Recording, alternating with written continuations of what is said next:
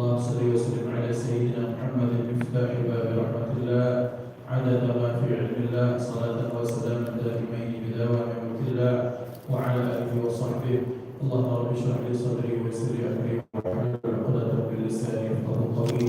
سبحانك لا علم لنا إلا ما علمتنا إنك أنت العليم الحكيم. اللهم ارزقنا فهم النبيين وحفظ المرسلين وإلهام الملائكة المقربين. اللهم أغننا بالعلم وزينا بالحلم وأكرمنا بالتقوى وجملنا بالعافية. اللهم بارك لنا في رجب وشعبان وبلغنا رمضان. لا حول ولا قوة إلا بالله العلي العظيم. الحمد لله رب العالمين. نوينا التعلم والتعليم والتذكر والتذكير والنفع والانتفاع والإفادة والاستفادة والحث على التمسك بكتاب الله تعالى وسنة رسوله والدعاء إلى الهدى والدلالة على الخير ابتغاء وجه الله ومرضاته وقربه وثوابه سبحانه وتعالى على هذه النية وعلى كل نية صالحة وإلى حضرة النبي المصطفى محمد صلى الله عليه وسلم بسر الفاتحة. أعوذ بالله من الشيطان الرجيم. بسم الله.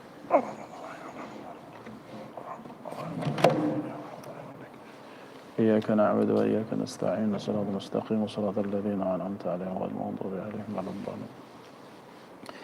Hadratul muhtaramin, para ulama, para kiai, para guru, orang-orang tua kami, ayah bunda dimuliakan Allah, ketua pengurus jamaah Masjid Darul Hijrah dimuliakan Allah Subhanahu wa taala. Ikhwatal iman rahimani rahimakumullah yang mengikuti kajian kita dimanapun berada, alhamdulillah bersyukur kehadirat Allah atas segala nikmat disampaikan juga kita pada hari ini di penghujung bulan Rajab. Mudah-mudahan dengan semakin dekatnya pada bulan Ramadan maka niat kita, semangat kita semakin dikuatkan untuk mengisi Ramadan dengan kebaikan insya-Allah. Mudah-mudahan hadir kita di rumah yang baik di bulan yang baik ini menjadi asbab Allah ridha kepada kita, pada orang tua, guru, keluarga, keturunan insya-Allah. Salawat dan salam terlimpah ruah kepada hadratul Rasul Sayyidina Maulana Muhammad sallallahu alaihi wasallam beserta keluarga, sahabat, pengikut sekalian. Amin Allahumma amin. Bapak-bapak, ibu-ibu ini muliakan Allah Subhanahu wa taala. Fa insyaallah pada pagi hari ini kita akan membahas satu bab yang dimaktubkan dalam kitab Tanbihul Ghafilin yang dikarang oleh Al-Faqih Abu Laith As-Samarqandi, yaitu yang beliau beri judul Babul Amali bin Niyati. Beliau menyatakan, memberikan judul pada kitab ini mengamalkan dengan niat. Artinya amal itu penting dan niat itu bahkan jauh lebih penting.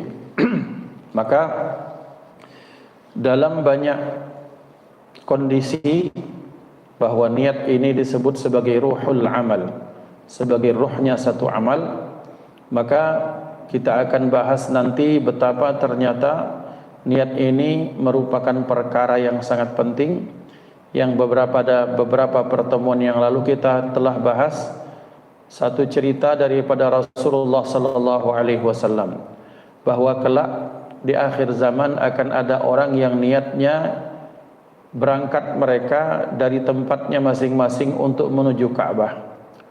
Kalau sekarang orang banyak menuju Ka'bah untuk berhaji dan berumrah, untuk tawaf, untuk memuliakan agama Allah, tapi di akhir zaman akan ada orang datang mendatangi Ka'bah bukan untuk haji dan umrah, bahkan untuk menghancurkan Ka'bah, naudzubillah. Kemudian datang jumlah yang sangat banyak ini sampai di satu tempat yang dinamakan dengan Baida, maka Allah kemudian membinasakan mereka. Nyatakan dalam hadis fa idza wasalu bi Baidaa yukhsafu bi awwalihim wa akhirihim. Yang awal hingga akhirnya semuanya dibinasakan Allah. Ketika menceritakan hadis ini, Rasulullah menceritakan hadis ini, ada Siti Aisyah radhiyallahu taala anha. Maka ketika beliau bertanya, ya Rasulullah, bagaimana kalau yang datang itu di kelompok itu, yang mereka ngumpul itu, ada orang yang tidak punya niat buruk terhadap Ka'bah. Mungkin dia pelancong, mungkin dia mau haji dan umrah, mungkin dia berdagang, mungkin dia dokter, mungkin dia perawat atau apapun. maka beliau bersabda, semua rombongan yang ada di situ dibinasakan Allah. Tetapi nanti kelak di akhirat mereka akan dibangkitkan sesuai dengan niatnya masing-masing. Maka betapa pentingnya niat, betapa kadang-kadang seperti ini. Kita ketemu di tempat yang misalnya netral. Kalau diskotik itu kan sudah nggak netral lagi ya. Rata-rata orang akan datang untuk mencari hiburan versi mereka, padahal maksiat. Kalau orang datang ke masjid pasti nggak netral. Kenapa? Orang datang ke masjid pasti untuk ibadah. Tapi kemudian kalau orang datang ke mall itu netral. Baik pelaku maksiat, baik dia atau orang soleh ngumpul di situ. Misalnya kemudian ada datang ke tempat tersebut, kemudian qadarullah, ternyata terjadi accident di situ. Misalnya ambruk, ini sebagai contoh. Kemudian misalnya kebakaran semuanya, dan semuanya itu meninggal. Maka yang saleh dan taleh, yang taat, yang maksiat, yang ada di situ semuanya binasa. Tapi kesamaan tempat belum tentu kesamaan kondisi kelak di akhirat.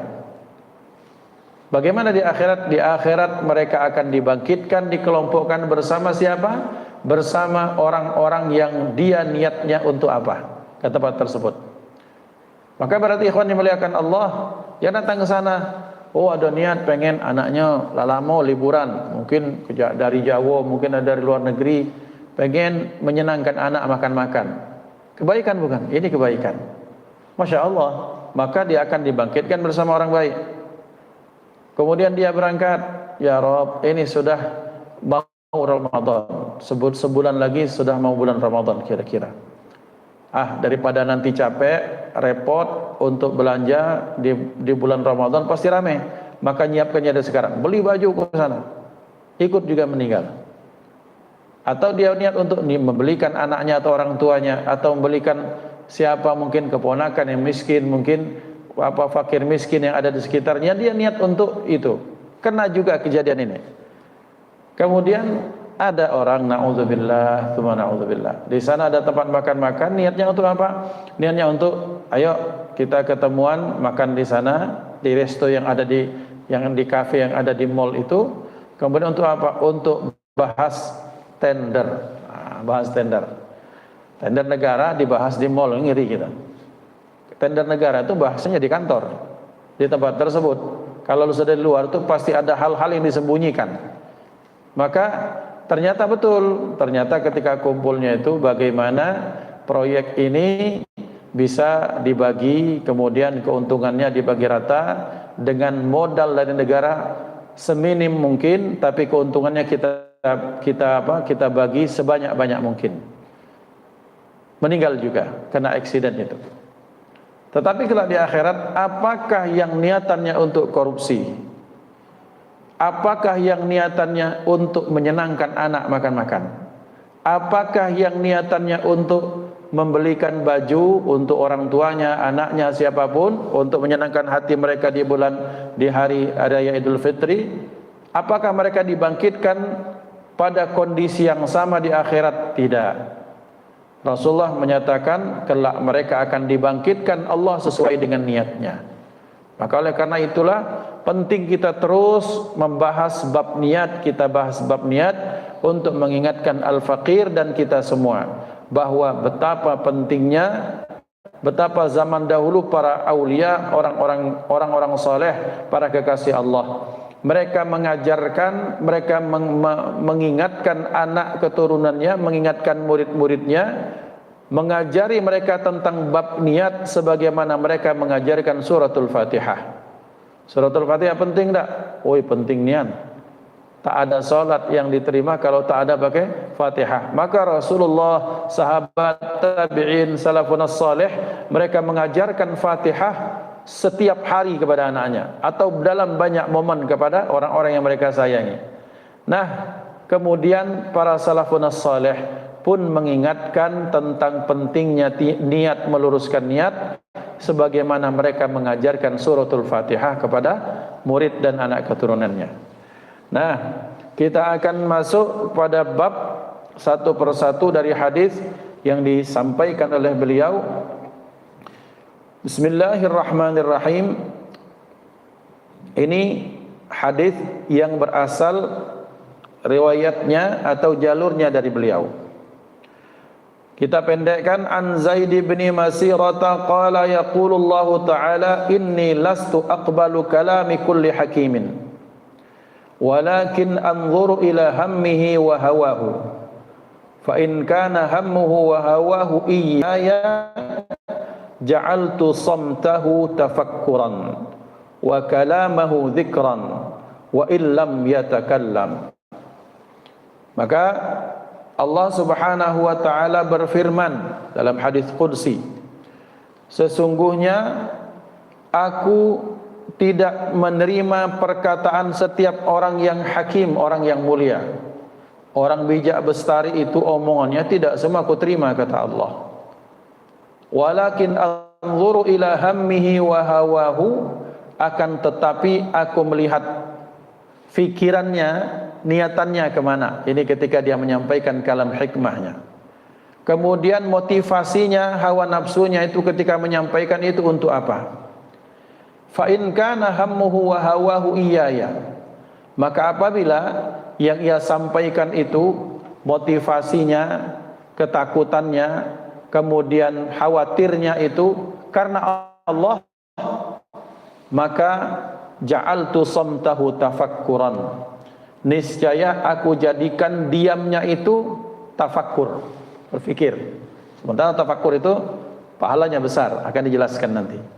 Wa kalamahu dzikran, dan ucapannya sebagai zikir. Tidak ucap subhanallah alhamdulillah, tidak, tapi ngomong saja, tapi dijadikan zikir sama Allah. Wa illam yatakallam, sekalipun ia tak berbicara. Nah, ini Allah Subhanahu wa taala berfirman dalam hadis qudsi, Allah menyatakan tidak semua orang ahli fikir bijak bestari itu omongannya aku terima. Kita tahu bahwa orang-orang bijak bestari ini bukan banyak. Siapa mereka? Orang yang memang sudah mendapatkan pencerahan, orang yang betul-betul mereka belajar, mereka banyak merantau, mereka banyak membaca ayat kauniyah, ayat qauliyah.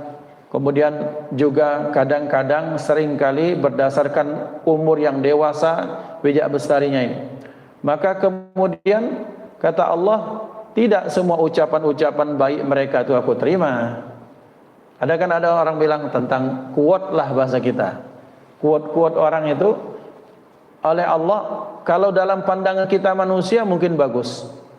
Tapi kata Allah, tak semuanya aku terima. Yang aku terima, kata Allah, siapa? Aku akan melihat, yang aku terima itu orang yang ketika dia menyampaikan kata-kata hikmah, kata-kata yang indah itu, satu, motivasinya apa? Satu. Yang kedua, kekhawatirannya terhadap apa? Maka Allah menyatakan kalau motivasinya adalah untukku, kemudian kekhawatirannya adalah karenaku, apa maknanya? Misalnya orang kalau ngomong itu niatannya, ya Rabb, saya menyampaikan kalam hikmah ini, nasihat ini adalah satu untuk diriku. Itu lillahi ta'ala. Maksudnya untuk diriku, nasihat itu kaget dulu ngomongi wong lain. Dia niatkan supaya dia dewek melakukan apa yang dia sampaikan, itu satu. Yang kedua, aku niatkan menyampaikan nasihat ini ya Rabb untuk apa? Menjalankan perintahmu. Sebagaimana firman Allah, wa tawassaw bil haqqi wa tawassaw bis sabr. Betapa orang saling nasihati dalam kebaikan itu mereka mendapatkan pandangan khusus daripada Allah. Ya Rabb, aku pengen masuk dalam golongan itu. Yang berikutnya, ya Rabb, ketika aku menyampaikan kalam indah, kalam-kalam hikmah itu bukan supaya dipuji manusia. Wah, Bapak itu bagusnya statusnya Pak. Izin Pak nak share, karena itu kadang-kadang kita lihat ada orang yang wah quote-nya, kemudian kata-kata bijaknya bagus sekali. Apakah Allah pandang? Belum tentu. Manusia memandang, iya. Kalau kita baca, oh luar biasa. Tapi apakah di mata Allah itu berharga? Tidak, kata Allah. Yang aku lihat motivasinya apa. Ketika dia mengucapkan kalam itu, apakah murni dari hatinya atau pengen dilihat dipuji orang lain? Kalau dia niatkan karenaku, kata Allah, aku terima kalam itu. Maka kalau sudah semuanya fikirannya, motivasinya untukku, kekhawatirannya adalah untuk akhirat juga ujung-ujungnya karena aku, maka Allah menyatakan ja'altu samtahu tafakkuran. Aku jadikan orang itu kalau dia diam pahalanya seperti orang yang tafakkur. Sementara dalam satu hadis dinyatakan tafakkurus sa'ah, berfikir sejenak, tafakkur itu lebih baik daripada beribadah itu setahun lamanya. Atau menyatakan bahkan lebih daripada itu. Maksudnya mah ini, Bapak Ibu, ada orang yang mengucap subhanallah, ada orang yang mengucap kalimah la ilaha illallah.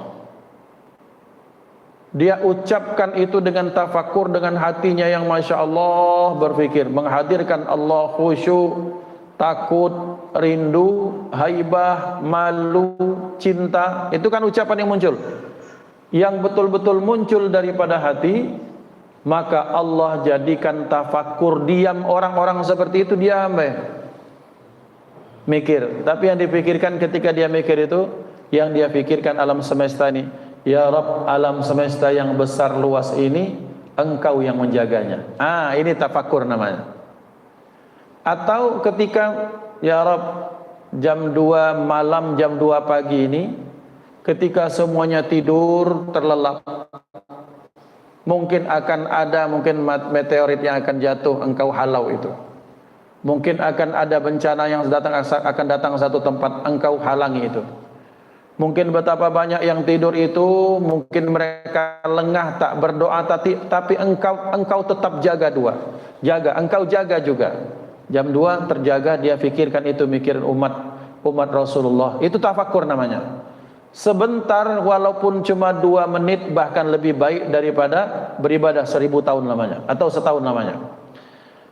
Nah, orang-orang yang ketika dia membuat kalam hikmah, yang memang motivasinya karena Allah, maka Allah jadikan diamnya orang tersebut apa? Bahkan seperti tafakkur. Artinya pahalanya besar. Kemudian berikutnya wa kalamahu dzikran wa illam yatakallam, dan aku jadikan ucapannya itu sebagai zikir dalam posisi sama dengan kalimah thayyibah. Subhanallah, alhamdulillah, wa la ilaha illallah, Allahu akbar, wa la haula wa la quwata illa billahil aliyil azim. Dia ngobrol biasa tapi dihitung zikir oleh Allah. Kenapa? Karena orang ini motivasinya, khawatirnya, rasa takutnya karena Allah. Maka Bapak Ibu, ada orang yang tak zikir tapi dihitung zikir ya orang ini. Misalnya ini karena niat pengen nawaitu lillahi ta'ala, ya Rabb, ketika silaturahim, mudah-mudahan fulan bin fulan itu mau saya ajak ke masjid. Ini kan orang yang khawatir ke umat Rasulullah. Dia khawatir ngelihat, ya Rabb, ini masjid ini harus dibikin ramai ini. Kegiatan ini harus dibikin hidup lagi ini. Masjid ini sudah makmur secara tempat. Masjid ini sudah nyaman secara kenyamanan, Masya Allah. Tapi pada kemana umat-umat Rasulullah ini? Manalah caranya ya? Mana Pak Ibrahim? Kita ni bahas apa? Bikin diskusi. Diskusi itu kan sama-sama pengurus. Tidak bahas itu maco yasin, tidak. Ngobrol mana Pak kita ni? Bikin kegiatan apa? Maka setiap ucapan itu dihitung zikir oleh Allah Subhanahu wa taala. Ngapa? Karena kumpulnya itu dalam rangka memikirkan umat Rasulullah. Kumpulnya itu dalam rangka memikirkan rumah Allah. Kumpulnya itu dalam rangka mengajak orang lain melakukan kebaikan. Kumpul itu kalau kita sudah baik, berharap kalau baik Allah ridha, Allah selamatkan kita dunia akhirat. Nah, kita pengen yang lain juga selamat dunia akhirat. Ini kumpul orang-orang yang positif. Diam, mana lagi diamnya itu dibikin tafakur sama Allah. Ketika ngobrolnya dibikin zikir sama Allah Subhanahu wa taala. Dengan niatan yang baik, maka ternyata diamnya mendatangkan pahala, kemudian ngobrolnya, bicaranya pun menjadi zikir. Apa? Ini yang penting, bahwa seseorang harus meniatkan segala sesuatu karena Allah Subhanahu wa taala. Wabil khusus kepada para pemikir, para ilmuwan, pada para yang disebut sebagai guru bangsa, maka ketika mereka ngomong, ngobrol, mengucapkan sesuatu, kalau memang sesuatu itu mereka fikirkan karena Allah, maka Allah berikan pahala yang besar. Pembelajarannya dari ini, bahwa supaya kita menjadi manusia tidak seperti dalam kata dalam tempurung. Maksudnya adalah, jangan sampai dalam benak kita itu yang agamis itu cuma sekadar, maaf bahasanya cuma sekadar. Tapi maksud saya adalah betapa luasnya Islam. Jangan cuma memaknakan Islam itu bahwa rajin ke masjid, betul rajin ke masjid betul. Tapi yang agamis juga adalah bagaimana supaya masjid ini yang ke masjid lebih banyak lagi. Itu agamis juga. Bahwa yang agamis juga masjid ini, alangkah nyaman masjid ini, dan bagaimana supaya masjid ini tak terutang bayar listriknya. Itu adalah orang agamis. Bagaimana supaya ketika selesai dari keluar dari masjid kita bisa mengamalkan nilai-nilai Islam, itu agamis. Maka Bapak Ibu ini dimuliakan Allah Subhanahu wa taala, orang-orang seperti ini adalah orang-orang yang mendapatkan perhatian khusus daripada Allah. Tak pernah putus pahala untuk orang tersebut. Diam tafakur, ngomongnya zikir. Karena kenapa? Niatannya lillahi ta'ala. Masya Allah. Yang kedua, supaya kita semakin memperkuat, memperbanyak ibadah mahdhah dan ghairu mahdhah. Ibadah mahdhah itu salat, puasa, zikir, baca Quran itu. Tetapi juga membuka wawasan kita untuk memandang orang lain pada aspek kebaikannya. Misalnya, bapak itu saya yakin dia itu walaupun tak salat di masjid, tapi dia salat. Tapi kalau ngelihat dia punya ngomong tuh enak sekali, nasihatnya membesarkan hati, ya yakin dia, insya Allah dia memang memberikan nasihat lillahi ta'ala, maka dia termasuk dalam golongan ini. Nah itu yang pertama. Yang kedua, hadis berikutnya atau hikmah yang berikutnya dinyatakan dari Ibrahim An-Nakhai atau An-Nakhai qala, ia berkata, innar rajula la yatakallamu bil kalami wa ala kalamihi al maqtu yanwi fihi al khaira fayalqallahu lahu al udhra fi qulubin nasi hatta yaqulu ma arada bi kalamihi hadha illa al khaira. Ada nasihat dari Ibrahim An-Nakhai. Beliau menyatakan ada nih jenis orang yang kalau ngomong kadang-kadang bahasa kita tuh pedas, kadang nyelkit omongannya. Dia omongannya mungkin ada unsur dia marah, mungkin ada unsur mungkin dia nyinggung, omongannya terasa pedas di telinga yang menerima. Kemudian selanjutnya Allah jadikan dari omongan yang pedas itu, Allah bikin orang-orang yang dengar itu memahami omongan itu, kemudian mereka ngomong, tidak mah itu, kata orang yang dengar ini. Kenapa? Dia ngomong itu maksudnya baik. Jadi hati orang yang menerima mendengar itu dibikin terbuka oleh Allah untuk menerima maksud dia ngomong itu walaupun pedas adalah untuk kebaikan. Walaupun omongannya mungkin nadanya tinggi, mungkin intonasinya tak seperti orang kebanyakan, volumenya tinggi, omongannya juga kadang-kadang pedas tak enak di telinga dengarnya. Tapi ternyata orang paham sama dia. Oh tidak apa-apa, oh, dia marah sama itu, dia tuh baik niatannya. Nah, semua orang seperti itu. Wa innar rajula la yatakallamu bikalamin hasanin la yanwi fihi al-khaira. Dan ada orang yang berikutnya, orang tuh omongannya bagus, manis, tapi tidak ada niat yang baik ketika dia ngomong itu. Fayulqihillahu fi qulubin nasi hatta yaqulu ma arada bikalamihi hadza khaira. Tapi ketika orang yang mendengar, ya dengarnya itu pasti ada udang di balik batu. Padahal ngomongnya pelan, ngomongnya enak, tertata rapi, tak ada misalnya menyinggung siapa-siapa misalnya. Tapi ternyata orang dibuat oleh Allah Subhanahu wa taala, orang semuanya paham ini tujuannya tidak baik ini orang. Nah, maksudnya bagaimana? Karena yang pertama ini yang mungkin dia intonasinya tinggi, mungkin omongannya kadang pedas, itu dia menasihatkan yang baik. Kan kadang-kadang ada Bapak Ibu kita temukan ada ustadz yang lembut, lillahi ta'ala, Masya Allah, luar biasa. Tapi kita ini harus siap dengan orang, jangan hanya siap seperti menerima da'i seperti Sayyidina Abu Bakar As-Siddiq. Kadang-kadang kita ini harus siap supaya kita bangun dari tidur, kita bertemu dengan jenis da'i seperti Sayyidina Umar bin Khattab, supaya kita ini tidak terlalu slow, jadi hamba tak memikirkan umat. Tidakkah terfikir kita misalnya di sebalik pembangunan fisik di tempat kita bersyukur, itu tandanya roda ekonominya berputar. Tapi tak terfikirkankah dampak dari situ? Ketika banyaknya mall, ketika banyaknya tempat pusat perbelanjaan, maka di situ mestinya harus lebih tinggi lagi secara merata, yaitu perputaran ekonomi. Yang kalau dibarengkan dengan banyaknya mall, tak dibarengkan dengan perputaran ekonomi yang baik, akan banyak muncul kemaksiatan. Maksudnya, ada budak pengen beli apa, tapi dia kata akhirnya maaf jual diri. Ada orang tua didesak sama anaknya, akhirnya gelap mata jual narkoba dia. Nah, terfikirkan kan tidak kita seperti ini?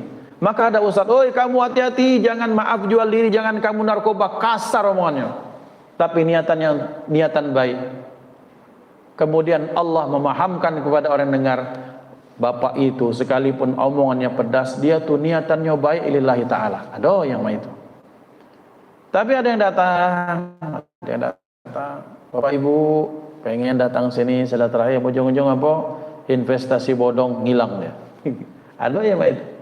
Nah, ternyata ketulusan niat itu menjadikan seseorang itu punya power yang luar biasa sampai menyelusup ke hati orang yang mendengarnya. Maka ada istilah para orang soleh itu seperti ini. Apa yang keluar dari hati, nyus masukkan.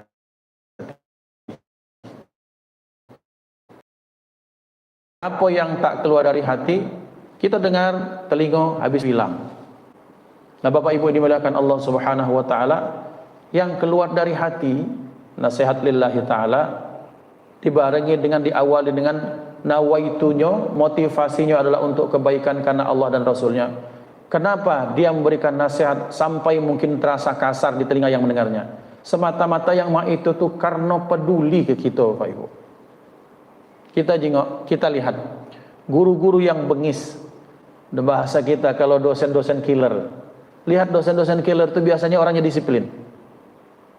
Lihat ibu-ibu yang cerewetnya minta ampun itu, ya karena dia ada hal-hal yang harus dijaga. Datang anaknya langsung dari main bola futsal, datang kemudian duduk depan TV ngambil makanan, langsung makan, tak cuci tangan. Ibunya nyerocos marah. Kejamkah itu ibu? Kemudian cerewetkah itu? Iya cerewet, tapi cerewetnya itu apa? Untuk kebaikan. Maka orang yang meniatkan omongannya untuk kebaikan, sekalipun dia mungkin kasar, mungkin tak enak didengar, tetapi Allah memberikan cahaya supaya cahaya itu masuk ke telinga oleh yang mendengar. Tetapi yang ini harus kita sempurnakan dengan hadis Rasulullah yang lain. Beliau sallallahu alaihi wasallam bersabda seperti apa? Seperti misalnya seperti ini, bahwa beliau bersabda, tidak ada sesuatu itu kemudian di situ ada kelembutan, maka kecuali Allah akan hiasi itu. Omongan lembut nadanya, bahasanya santun baik, itu biasanya lebih cepat didengar, diterima daripada orang yang kalau nasihatnya tuh kencang suaranya kemudian intonasinya tinggi, kemudian bahasanya nyelekit. Tapi seperti yang saya sampaikan tadi, kadang-kadang umat ini kan banyak tidur. Tidur tuh ngapa? Tidur tuh bukannya tertidur, tapi tidur tak sadar bahwa kondisi kita ini sudah parah sebenarnya.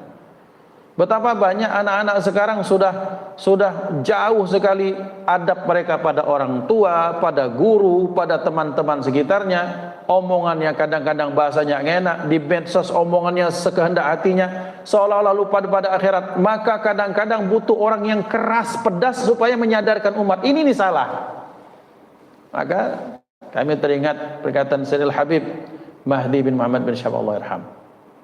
Dari perkataan guru beliau, bahwa Ustaz, bahkan ngomongnya 4 mata beliau nih. Tak apa-apa Ustaz, antum jadilah orang yang menanam, antum jadilah orang yang menyiram. Nanti kalau ada hama biar urusan saya. Bapak Ibu paham maksudnya?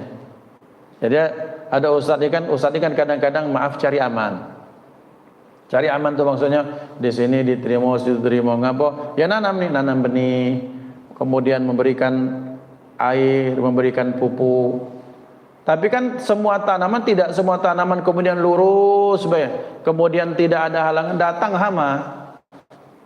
Yang hama-hama ini kata Habib Mahdi biar urusan saya yang menyelesaikan. Ada orang yang mungkin kita sudah bikin ada harmonis, tapi tiba-tiba datang apa? Biar itu urusan saya yang mengacau umat ini. Bahasa beliau seperti itu. Dan kita butuh orang seperti ini. Apakah kemudian Islam itu sempurna dengan Sayyidina Abu Bakar? Tidak. Butuh juga umat kepada Sayyidina Umar bin Khattab.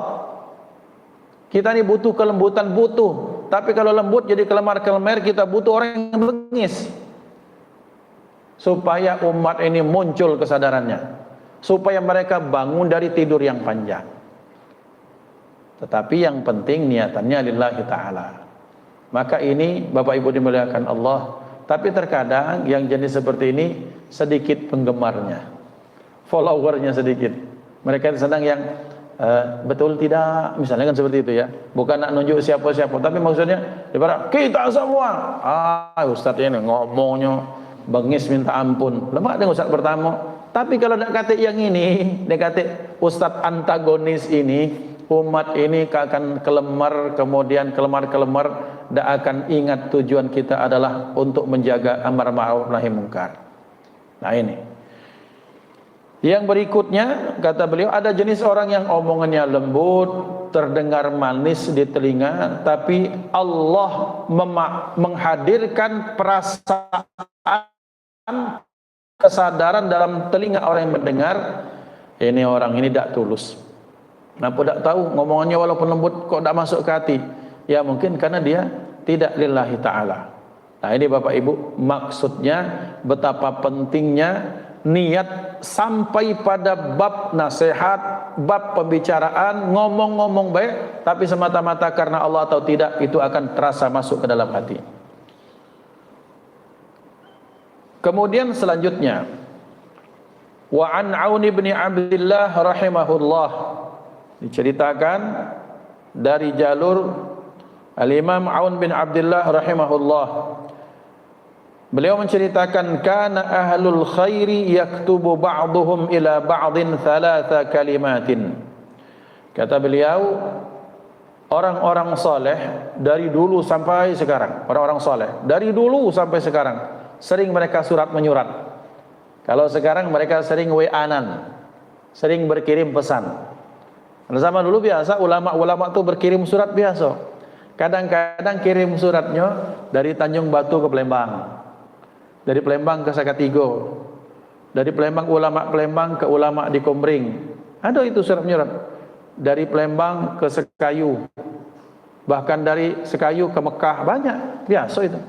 Surat menyurat lanang. Tapi apa yang mereka isi dalam surat itu? 3 hal ini. Apa 3 hal ini? Mereka saling ingatkan satu sama lain. Man amila li akhiratihi kafallahu amra dunyahu. Pertama, dalam isi surat itu, siapa yang beramal, beraktivitas, bekerja, terutama beramal li akhiratihi, karena atau untuk akhiratnya, kafahullahu amra dunyahu, niscaya Allah akan mencukupi urusan dunianya. Jadi orang kalau urusannya akhirat, dunianya akan dijamin oleh Allah. Besar Ustaz rumahnya? Enggak. Soge maksudnya dalam banyak uang belum tentu, tapi cukup. Maka orang-orang kalau banyak berkhidmah Bapak Ibu, dia secara hitungan bisa jadi dia kaya dalam artian banyak uang, tapi bisa jadi dia kelihatan orang tak punya uang, tapi urusannya lancar. Orang yang berkhidmah untuk akhirat, ya Rabb, anak ini mau ngaji, maka dia mewakafkan dirinya, waktunya, tenaganya, fikirnya untuk menyelamatkan anak-anak yang bahasa asingnya pintar, tapi pas baca Fatihahnya peletot-peletot. Wah, ini bahaya anak-anak ini. Ayo ngaji sama aku, ngaji sama aku. Walaupun aku ini bukan ustaz, bacalah dulu ngaji. Nah, dia fikirkan itu untuk akhirat, keselamatan akhirat anak-anak itu. Ternyata dari 10 anak itu siko 2 yang tahu terima kasih orang tuanya, yang 8-nya lenggang kangkung wae. Tapi ini punya anak, kemudian anaknya nak kuliah, ya Rabb katanya. Sibuk dia nih oleh gara-gara ngajar ngaji nih ya. Kemudian sibuk, akhirnya tak terkumpulah duit untuk kuliah anak. Ternyata Allah jadikan anaknya dapat beasiswa. Seperti ini banyak Bapak Ibu. Nangis-nangis, ya Rabb, aku ni katik duit, aku ni katik gawe, tak ada uang, tak ada pekerjaan, tak ada ini. Pengen bagaimana ya Rabb, rasanya wanginya, kata teman-teman itu Ka'bah tu wangi karena mungkin diolesi minyak wangi. Bagaimana ya Rabb mesolat atau melihat Ka'bah secara langsung sambil nangis. Allah gerakkan ada fulan bin fulan untuk menghajikan dan umrohkannya. Maka orang Bapak Ibu kalau fikirnya untuk akhirat, maka Allah jadikan dunia itu kecil baginya. Tidak harus dunia itu ada pada dirinya, tapi dunia dibuat kemudian menghamba pada dirinya. Jadi Bapak Ibu ini muliakan Allah, ini cerita adalah seorang ulama besar dari Hadramaut, Al-Habib Ali bin Muhammad bin Al-Habsyi. Ini beliau ini kan terkenal sekali orang yang dermawan. Bahasa dusun kita tuh surah. Bahasa kumring apa? Surah itu dermawan. Bayati. Apa? Surah ya? Surah Bayati. Dermawan. Beliau ini Bapak Ibu kalau ngadakan acara yang datang tuh mungkin 1.000 2.000 orang. Setiap yang datang dari awal A sampai Z itu dinjuk amplop pas balik. Makan enggak usah cerita, makan yang lemak. Setiap hari beliau itu memberikan makan itu tak kurang mungkin sekitar 100-200 orang setiap hari. Allah jadikan beliau uangnya tak putus. Nah, satu saat datang orang sehingga beliau itu menjadi sandaran orang untuk curhat. Habib Ali Al-Habsyi ini kemudian didatangi orang, "Bib, aku nih," kata wong itu, "lagi buntu, pengen nikah ke anak." Kata Habib Ali, "Ya Allah, coba kau datang sekitar setengah jam yang lalu tuh, barulah sudah habis ini ku keluarkan untuk fulan bin fulan yang minta. Tapi aku nak kata duit, Bib." Karena orang ini setelah berkeliling dari ke orang-orang kaya, tak ada yang mau bantu dia. Datang ke Habib Ali. Kemudian dia jengok di lantai itu kan. Habib Ali ini kan punya ambal cak itu, ambal Persia mungkin yang paling bagus kualitas puluhan juta. "Ay Bib, kalau ambal ini dijual lemak juga caknya." "Oh, ini ambal kami keluarga," kata ambal. "Ayo gulunglah." Diambil juga oleh orang itu. "Khair," katanya, ambil. Jual. Berangkat orang ini dibawa main itu nama ini, keliling dia masuk ke pasar. Maka setiap orang di pasar, pedagangnya itu tahu, wah ini ambal mahal ini, kelas premium. Pengen akhirnya kemudian aku nak nyual ambal, nak ngawinkan anak. Sampai ada orang kemudian, wah sini aku beli. Ini dibeli dengan harga mahal, yang harga itu bisa membuat dia membuat acara untuk menikahkan anaknya. Anggaplah mungkin sampai 20 juta mungkin seperti itu kira-kira. Kemudian setelah orang beli ambal, Allah senang nih yang saudagar yang membeli ini. Mantap ini. Maka kemudian terbersih dalam hatinya. Ambal sebagus ini tak kate tidak ada yang pantas menerima ambalnya kecuali satu, yaitu Habib Ali Al-Habsyi. Dibawa lah itu ambal, dihadiahkan kepada beliau. Nyenge beliau dari keluar, dapat duit, bantu orang, ambalnya balik lagi. Karena ngapa? Hammu al-akhirah. Karena beliau memikirkan akhiratnya tinggi, maka memberikan orang, kalau orang ini yang datang ini lapar, tak makan, bagaimana mau khusyuk sholat sementara perutnya keroncongan. Maka setiap hari menerima orang yang makan secara gratis berhari-hari sepanjang sampai akhir hayat beliau. Maka orang seperti ini urusan dunianya dicukupkan Allah Subhanahu wa taala.